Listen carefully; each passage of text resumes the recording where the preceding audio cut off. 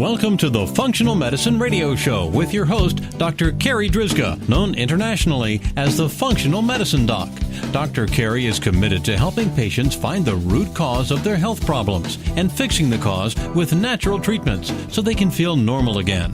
Dr. Carri is the founder of Functional Medicine Ontario and is the author of the hit book, Reclaim Your Energy and Feel Normal Again. Please welcome your host, Dr. Carri Drzyzga. Hello, everybody, and welcome to the Functional Medicine Radio Show, the only internet radio show dedicated to giving you real solutions to improve your health. Not only are they real solutions, but they're natural solutions as well, because as you know, the one and only true wealth you have is your health. I'm your host, Dr. Carri Drzyzga, the Functional Medicine Doc, and I'm committed to helping you find the root cause of your health problem, fix the cause with natural treatments so you can feel normal again and live your life to the fullest. Now, today's topic is about balancing hormones naturally. I'm so very excited about this week's show because I have back as a guest for the second time, Dr. Marilyn Glenville. Let me tell you a little bit about her. Dr. Marilyn Glenville is the UK's leading nutritionist, specializing in women's health. She is an inspiring public speaker, easy to listen to, and very practical in her approach. Dr. Glenville is the former president of the Food and Health Forum at the Royal Society of Medicine. She is the award-winning author of 15 internationally best-selling books, including Natural Solutions for Dementia and Alzheimer's, available from Amazon. Marilyn, thank you so much for being my special guest again on today's episode of the Functional Medicine Radio Show. You're welcome, Dr. Carri. Lovely to be back again.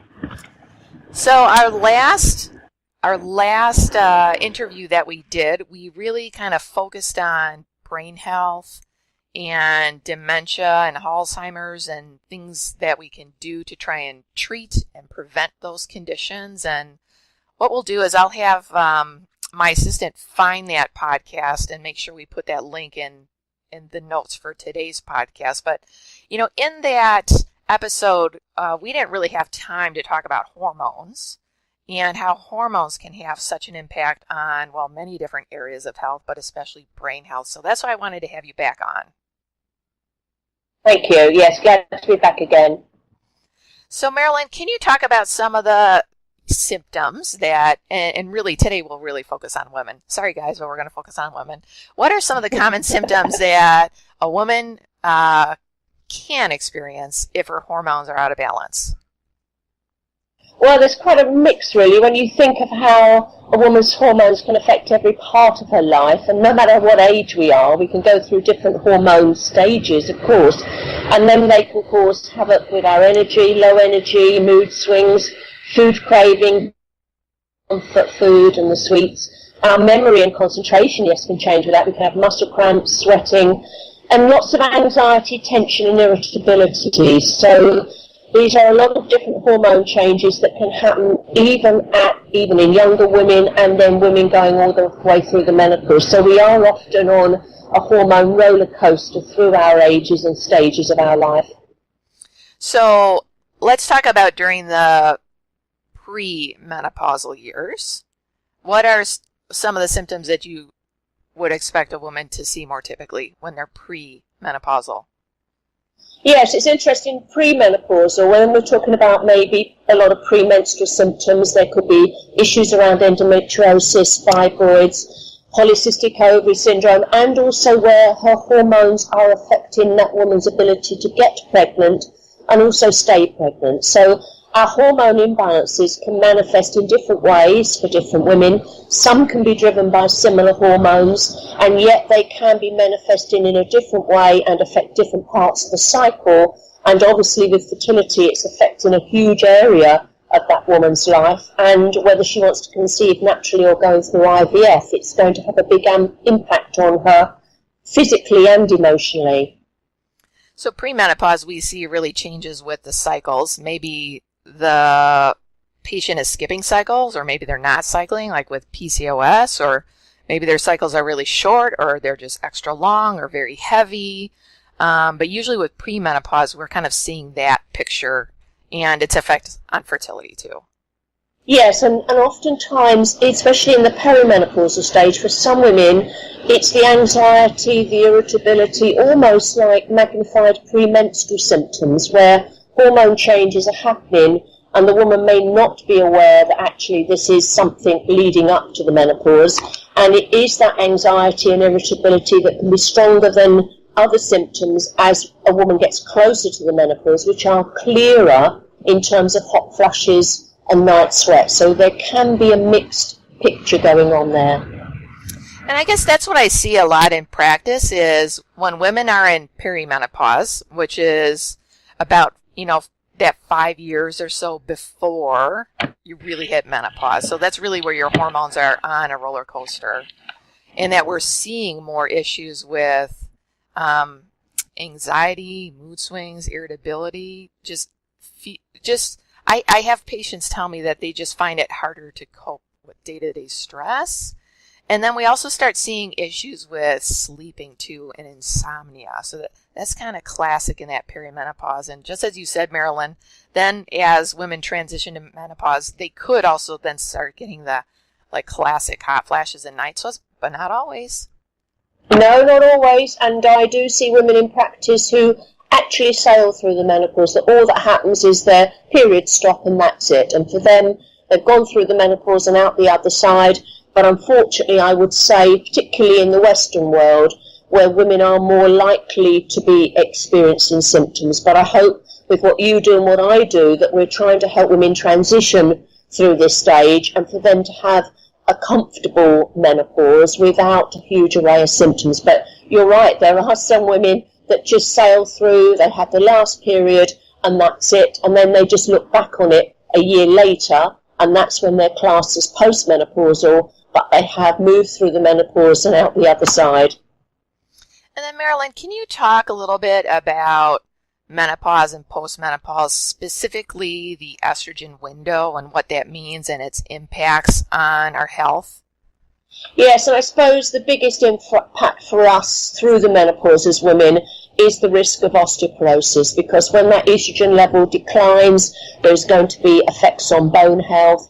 And in the UK now, 1 in 2 women over the age of 50 will get osteoporosis. So this is a huge risk for women. It is definitely affected by estrogen levels. So it's something that we need to be aware of and to work on prevention.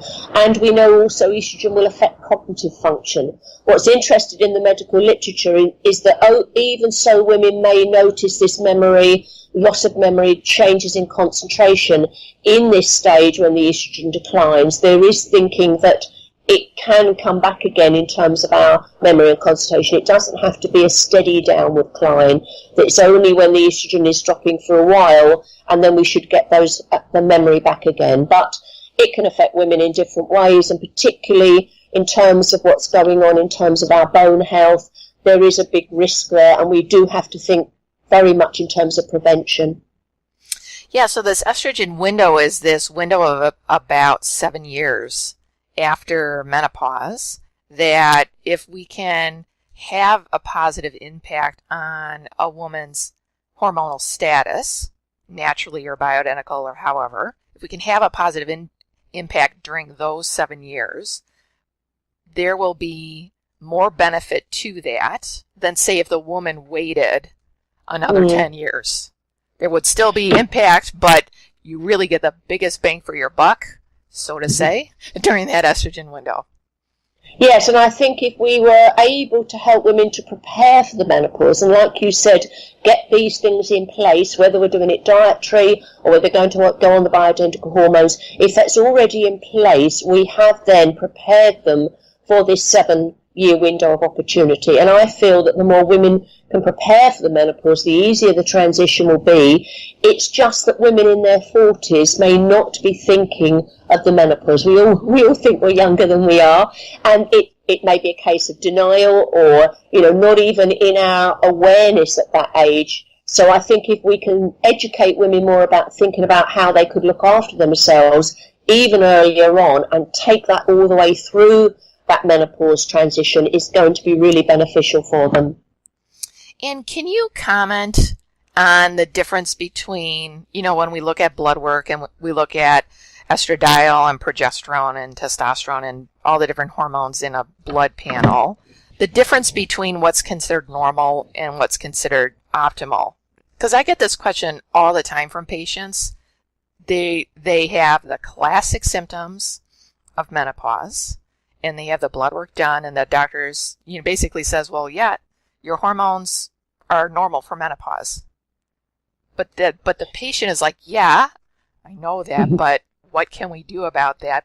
I don't want to have these hot flashes and night sweats, et cetera, et cetera. Yes, and I understand that completely, and you can understand that logic and the way they're thinking. For me, I would be using herbal remedies, even nutrients, vitamins, minerals, changes in the diet, in order for this woman to go through this transition comfortably. And that blood work probably will stay roughly the same using those natural remedies. I can only see a shift. I don't use the bioidentical hormones in practice, but when they do see their doctor and they're using those, then the hormones would shift into almost a premenopausal range. But when we're using the other natural remedies like the herbs, there won't be that change. But for my feeling is, as long as we can help this woman manage this transition and out the other side, then she's going to feel that quality of life back again, and she will be happy with that, especially for those who can't take hormone replacement therapy in any form because either their own personal history or a very strong family history risk of something like breast cancer.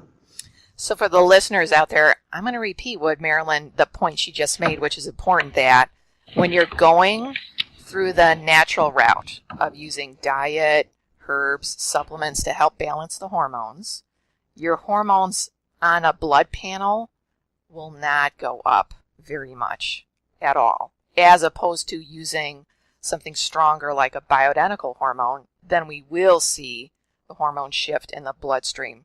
So going this natural route is very safe to use. So Marilyn, you said something at the very beginning of our conversation. Why do some women go through this transition of perimenopause and menopause and it's like easy for them, and why for other women is it such a struggle?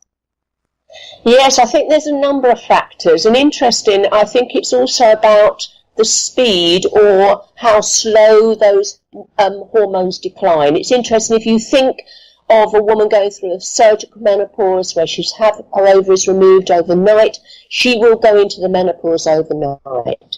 And I think it is a combination of how slowly and how our body adapts through this stage, and then thinking of other aspects of it, which are, and I have to say one of the biggest ones is stress. And there is good research to show that the more stressed a woman going through the menopause, the more severe the symptoms.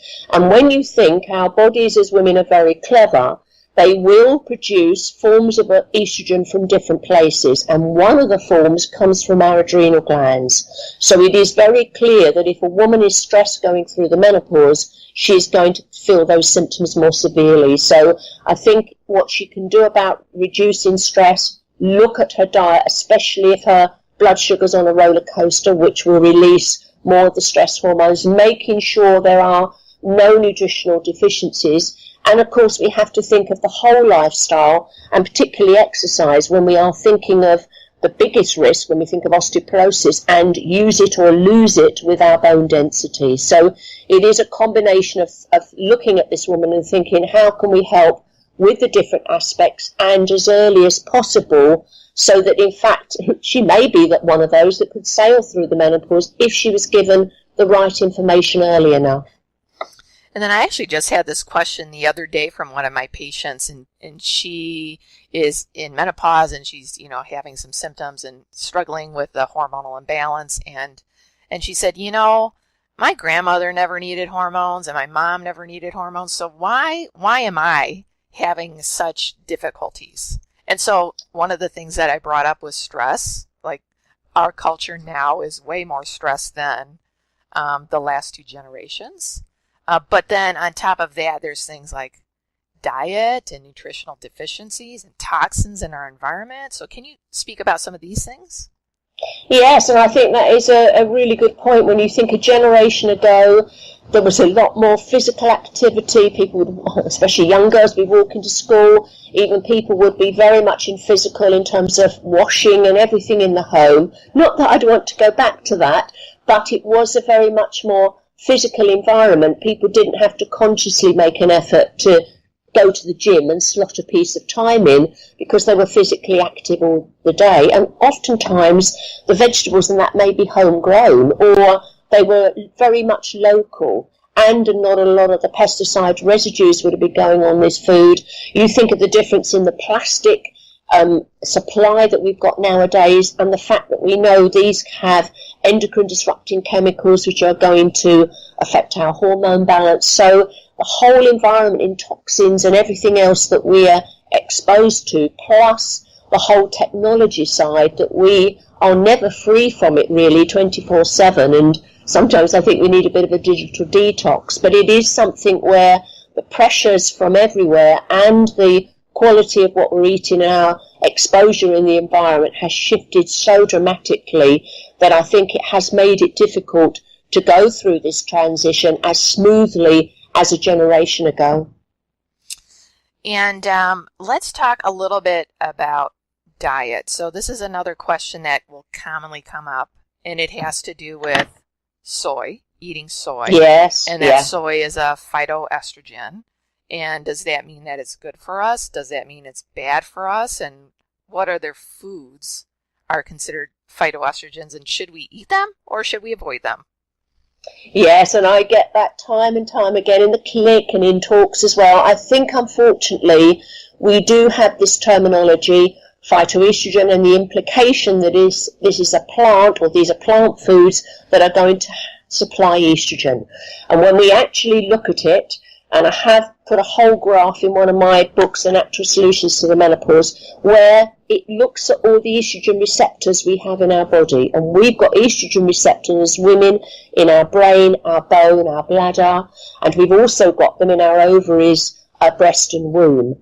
And how these phytoestrogens work, not only in soya, but in all of the legumes, like chickpeas, lentils, and also flax seeds, they either stimulate a receptor or they block a receptor. And basically they work very similar to tamoxifen, which blocks the estrogen receptors in the breast. And that's why, if we look at the research, the phytoestrogens can help us through the menopause in terms of the hot flushes and the night sweats.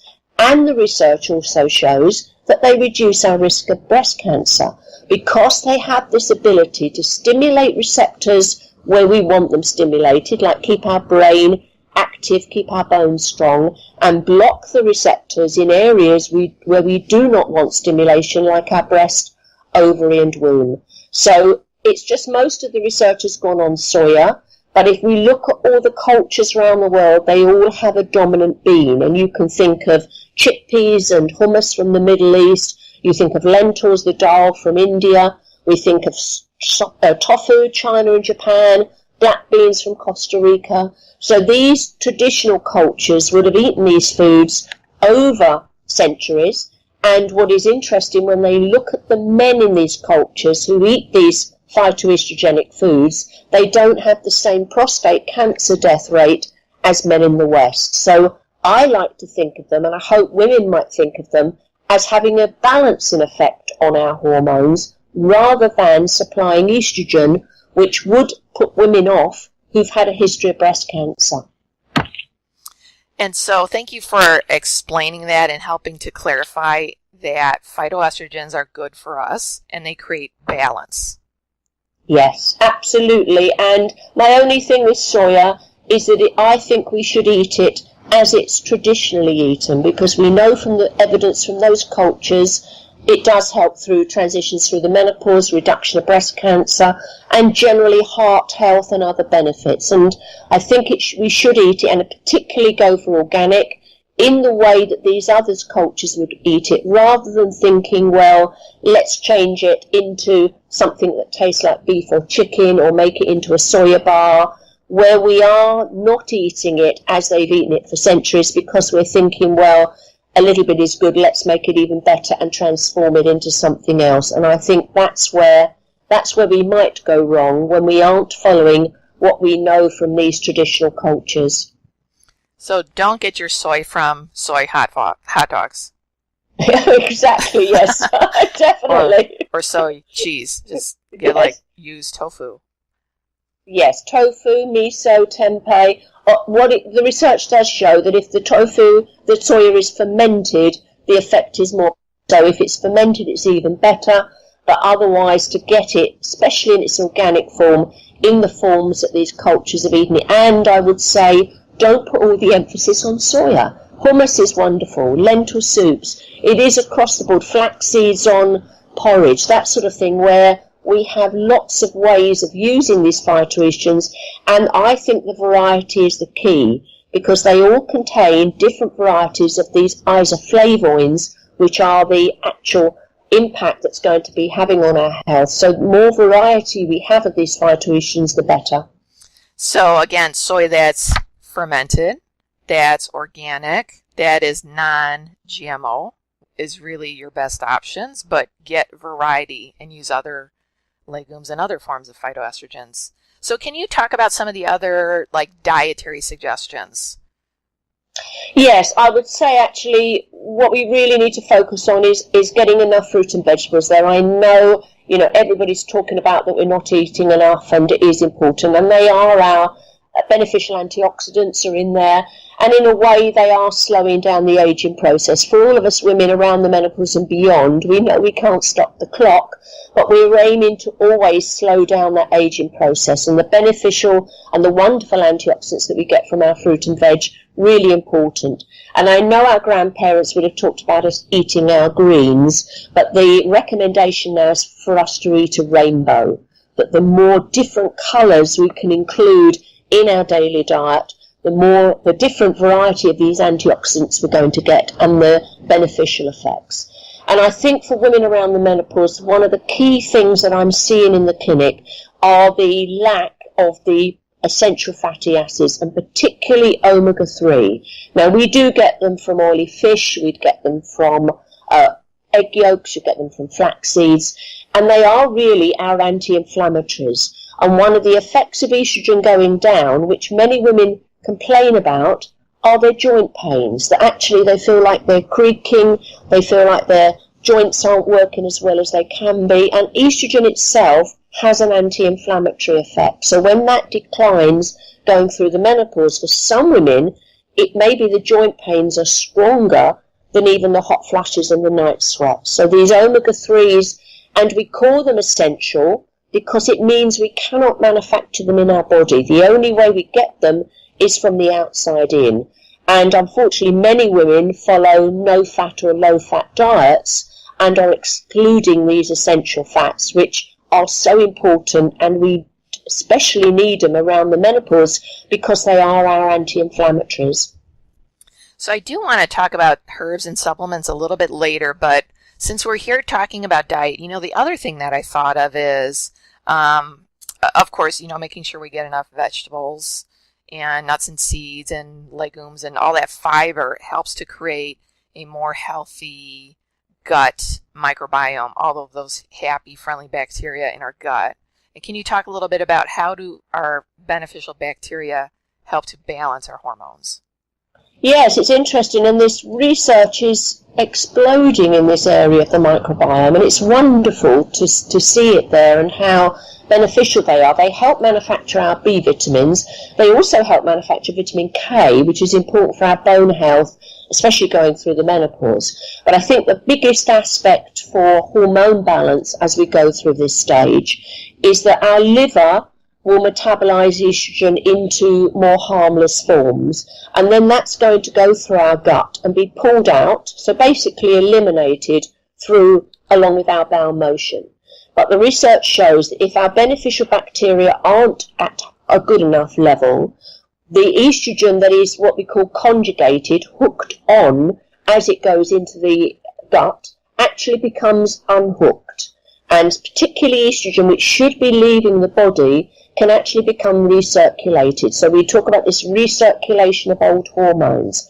Now, this is particularly important for women who've had or have an estrogen-dependent condition like endometriosis, fibroids, and particularly breast cancer, because our body should be detoxifying, which our liver does, and then eliminating the estrogen through the digestive tract and out through our bowel. And that elimination is dependent on our beneficial bacteria. So it is really important that we have good levels. Generally, we know that, but particularly at this age and stage in our life where the risk of breast cancer becomes higher, and they could help us even eliminate any of the estrogens that we may be getting in from the environment. So they're being pulled out through our gut as well, rather than being recirculated. So one of the supplements you talked about just a minute ago was the omega-3 fats. Can you talk about some of the other supplements and herbs that you recommend? Yeah, so my recommendation is around this age and stage in a woman's life, I would suggest that they do take a good multivitamin and mineral. I do prefer the minerals to be in their organic form, so going for things like calcium citrate, magnesium ascorbate, rather than the inorganic ones like calcium carbonate, which is literally chalk. It's mined from the ground, it's fairly cheap, it is a hard calcium to absorb. And then there are concerns of calcification if it can't get into where it's supposed to go in terms of the skeleton. So I do prefer organic minerals where possible. And that multivitamin and mineral should contain good levels of calcium, magnesium, vitamin D3, all of the antioxidants. I would also suggest that a woman takes a very good omega-3 supplement as well, and particularly a separate supplement of vitamin C, because vitamin C actually helps us manufacture collagen. And collagen is important because not only does it give our skin elasticity and strength, it makes up 90% of our bone matrix. So at this stage when our risk could be osteoporosis, it is important that our bones not only have the strength, but also have the flexibility as well. So I would especially say a good multivitamin mineral that would contain good levels of B vitamins, which are essential for our liver to make that conversion of the most powerful estrogen into these harmless forms before they go into the digestive tract, and particularly magnesium, which I see as nature's tranquilizer. And when a woman going through the menopause is stressed and the symptoms are going to be stronger, to have good levels of magnesium, which are important for her bone health, but are going to help her feel calmer through this stage. It is going to make this transition much more comfortable. And can we go back to the calcium and spend a few minutes on that? Because that's another question that comes up quite often. And a lot of women out there are just confused about calcium, because there's been some research over the last few years coming out that if you're taking too much calcium, that can put you at more risk for heart disease and creating plaquing in your arteries and whatnot. So now people are just confused, Marilyn. They don't know what to do about calcium anymore. So I would say I think a combination is better. I mean, I have more affinity towards magnesium and calcium, and when we do blood tests in the clinic, more women are deficient in magnesium than calcium. But I think the real impact has to be on vitamin D3 and checking the levels of that, because without that being at a good level, without vitamin D being sufficient or even optimum, we are not going to be absorbing the calcium that's going in, either in food or in supplementation. But I think for me, that research where there is an issue and whether there could be calcification, not only in the arteries, but it could be soft tissue in the joints, calcification in the breast, my concern is that it may be because it is being taken as an inorganic mineral, like calcium carbonate, which is chalk. And that would cause calcification because it is such a hard calcium to absorb. And I often give the example in talks where I say to women, if any of you have taken ferrous sulfate for anemia, which is an inorganic mineral, and then they end up with constipation and black stools, it's because it's such a difficult iron to absorb that the body then is trying to get rid of what it can't absorb. And I think then with the calcium, it's going to deposit it in places where we don't want it to deposit if it can't get it into the skeleton. So I think, especially for calcium, we need to move towards making sure it's an organic form. So I prefer to use calcium citrate rather than calcium carbonate or oxide or any of the others, just to be on the safe side and to make sure that that woman has optimum levels of vitamin D, because it's not only important for that calcium absorption, but the areas in terms of vitamin D research has also exploded over the last decade, and now we know it has many benefits in terms of our health, and that we do need to have good levels of that vitamin. And then for the listeners out there, Marilyn is talking about calcium carbonate, and that is chalk. And the other very popular form of calcium carbonate here in North America is Tums. And that a lot of doctors will recommend their patients to take Tums as their calcium supplement. And I don't know about you, Marilyn, but that makes the hairs on my arms just stand straight up. Yes, and I think that wouldn't even contain vitamin D at the same time, would it? No, not at all. Yes, so that makes the hair stand up even more.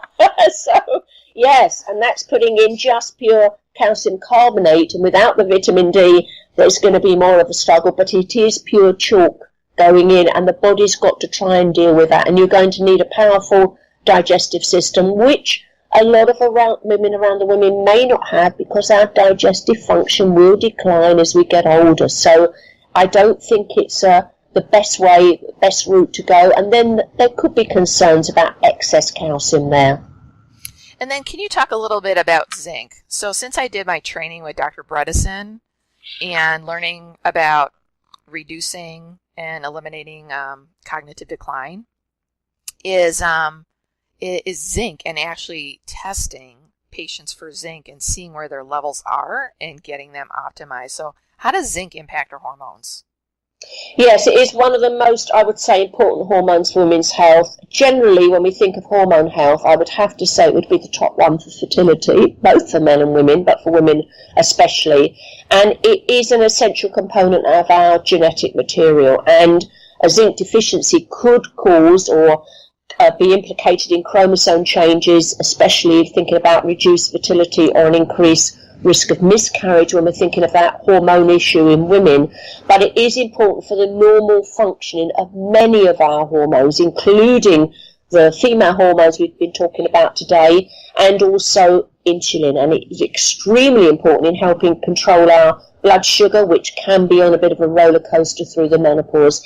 And I would say with the nutritional panels we do in my clinic, I would check zinc along with calcium, magnesium, selenium, chromium, and often zinc along with the magnesium are the two that are the lowest out of those nutrient panels. So it's an interesting one where I don't think we are getting enough. Maybe it becomes depleted when the food is being refined, because we're losing the nutrients from the fibre that's being extracted in those in that refining process. So there are issues around not having enough zinc generally, and then becoming deficient, and that's going to have an impact on women's hormones, and especially going through the menopause as well. So we're getting down to our last few minutes, and we could just keep talking and talking on the subject. So in the last few minutes that we have, are there any other lifestyle recommendations that a woman could make to ease their symptoms? And then can you kind of go over kind of a general plan of action for women to be thinking about?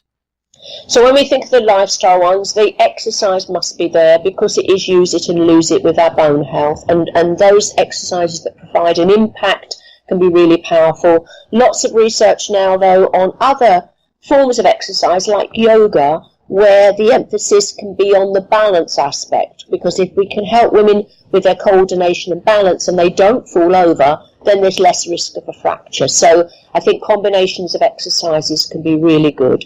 And I think what I see every day in the clinic that I think women can do more about, and maybe wouldn't realise it, is getting their blood sugar under control. Because when their blood sugar drops, and we talk about hypoglycemia or low blood sugar, then they are getting quite an array of symptoms, including this anxiety, tension, even a lot of sweating, digestive problems.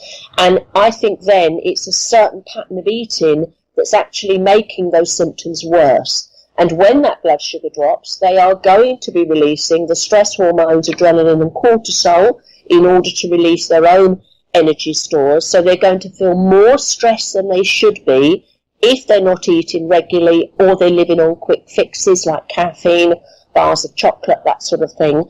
And it does mean then that they are on this roller coaster of blood sugar. And one of the classic symptoms women talk to me about is going to sleep and then waking up in the middle of the night, 3 or 4 a.m. They can be sweating, they could have palpitations, and yes, it could be a menopausal night sweat. But it can also be that they're getting an adrenaline surge in the middle of the night because this roller coaster of blood sugar is going on day and night. And I think then it is important to look at that roller coaster, get it under control during the day. It may help them then sleep all the way through to breakfast. It may minimise what they're thinking of is actually a night sweat caused by the menopause hormones, but may be actually triggered by an adrenaline surge because their blood sugar's dropping in the middle of the night. And that's one common symptom that actually I see every day in the clinic and could be corrected by getting their blood sugar under control. But I think the biggest aspect of getting that roller coaster in balance is they're going to feel less stressed, which means then the adrenal glands can produce a form of estrogen that should be protecting them as they go through this stage, and they're going to find the whole transition much more comfortable. So small practical things that every woman could do is going to make this whole movement and stage through the menopause much easier for them. That's a wonderful point that you just made about balancing the blood sugar. Marilyn, how can our listeners find more about you, and where can they get a copy of your books? I have a website called MarilynGlenville.com, and all the information is on there. They're welcome to download any information. The books are on there. I think for the subject we've talked about today, Dr. Carri, the best book is Natural Solutions to Menopause, which does cover all the aspects we've covered and also has a chart with those estrogen receptors in there, which I think women find actually quite revealing when they realise that the phytoestrogens are stimulating or blocking a receptor and are beneficial for their health. So they're welcome to look at MarilynGlenville.com for any information and to access my books as well. So that would be the easiest way. And to get in touch, my email address is health@MarilynGlenville.com. So for the listeners, I'll make sure that those links are in the podcast notes so that you can easily find Marilyn and all of her valuable resources. Marilyn, thank you so much for being my special guest today. This has been another awesome interview. Thank you very much, Dr. Carri, and wonderful to be able to talk about this for women to get that information out there. It just is really helpful for them to get that education, I think. Absolutely. All right, that wraps up this very special episode of the Functional Medicine Radio Show with Dr. Marilyn Glenville. And I want to thank you, our listeners, for tuning in today. And I'd like to invite you back next time for another episode of the Functional Medicine Radio Show. As always, I'm your host, Dr. Carri Drzyzga, the Functional Medicine Doc. Have a great week, everyone.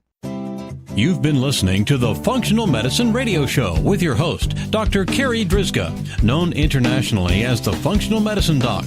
Dr. Carri is committed to helping patients find the root cause of their health problems and fixing the cause with natural treatments so they can feel normal again. Dr. Carri is the founder of Functional Medicine Ontario and is the author of the hit book, Reclaim Your Energy and Feel Normal Again. Please tell your friends about the Functional Medicine Radio Show, and we'll see you next week with more from Dr. Carri.